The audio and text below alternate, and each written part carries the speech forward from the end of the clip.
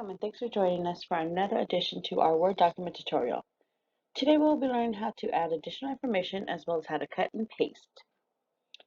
So let's go to our main desktop screen and we open the saved document from the previous lesson.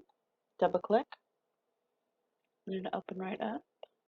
Okay, so when you want to add information in, just figure out the spot that you want to add it into. Like here where it says Texas Workforce Center and Job Search, we're just going to go ahead and add a small sentence stating the Texas Workforce Specialist is available on Thursdays between 12 and 1.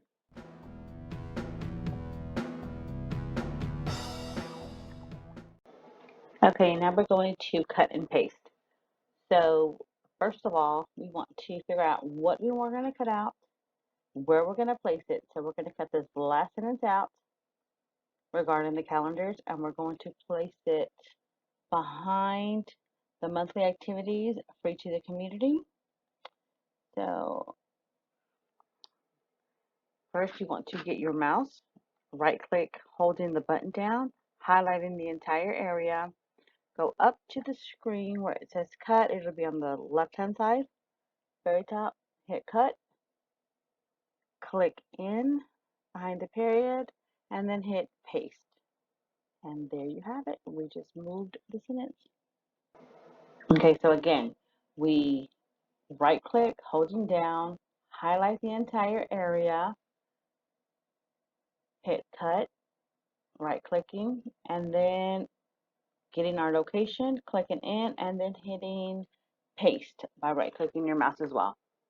And that is how you cut and paste.